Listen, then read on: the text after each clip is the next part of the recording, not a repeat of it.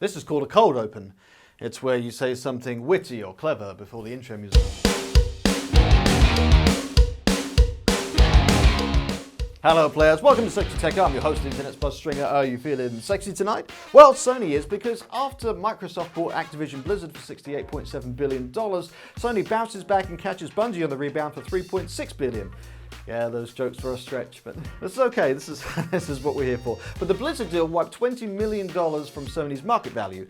Bungie, of course, famous for Halo and Destiny. So now Microsoft owns the company that made Crash Bandicoot, and Sony owns the company that made Halo. The world just doesn't make sense anymore.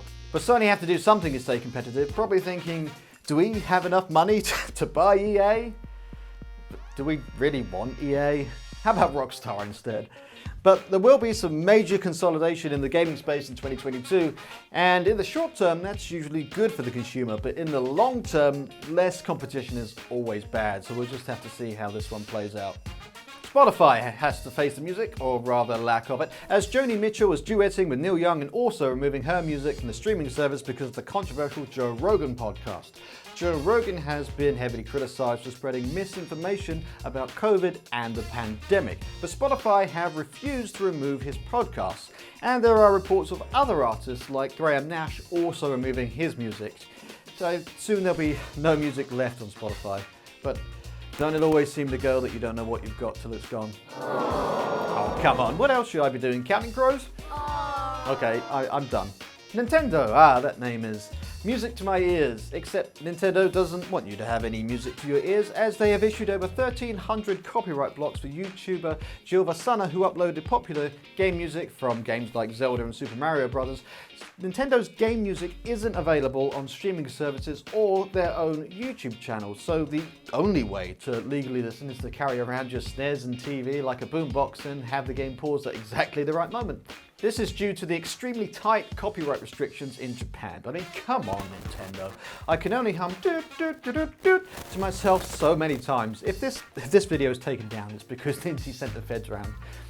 But since I was writing this news, sadly, Gilva Sunner has said that they plan to take down the remainder of what is left on their channel. And remember, there is no legal way to buy or obtain these game soundtracks, and the channel made no money providing them. I mean, we're giving you a community strike, Nintendo. This is not cool.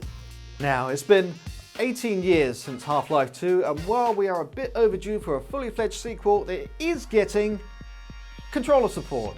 Now, most people are saying that this update is for compatibility with the Steam Deck, Steam's handheld gaming device, but I'm going to go out on a limb and say that this is firm proof that Half-Life 3 is confirmed. You heard it here first.